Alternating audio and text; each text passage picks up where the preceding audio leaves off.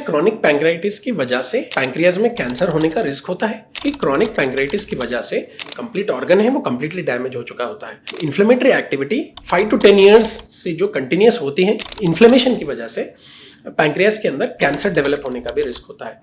Hi everyone, क्या chronic पैंक्रेटिस की वजह से पैंक्रियाज में कैंसर होने का रिस्क होता है? काफ़ी इंपॉर्टेंट सा सवाल पेशेंट्स हमें करते हैं जिसको क्रोनिक पैंक्रेटिस हो।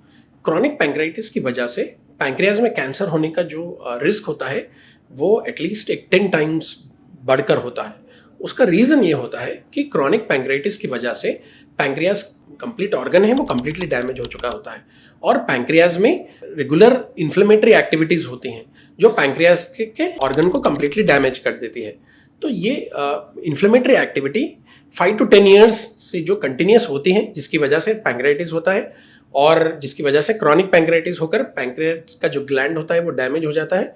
उसी रीज़न की वजह से क्रोनिक पैंक्रेटिस पेशेंट्स को इन्फ्लेमेशन की वजह से पैंक्रियाज के अंदर कैंसर डेवलप होने का भी रिस्क होता है।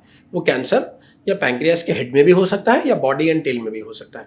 तो जिन पेशेंट्स को क्रोनिक पैंक्रेटिस हो उनको कैंसर ऑफ द पैंक्रियाज का रिस्क मल्टीपल टाइम ज़्यादा होता है नॉर्मल पेशेंट से जिनको क्रोनिक पैंक्रेटिस ना हो। तो हम इस कैंसर के रिस्क को हम कैसे अवॉइड करना चाहिए और उसको हम कैसे डिटेक्ट करना चाहिए अर्ली और प्रॉपर ट्रीट करना चाहिए, मैं आपको फर्दर वीडियोस में गाइड करूँगा। Thank you.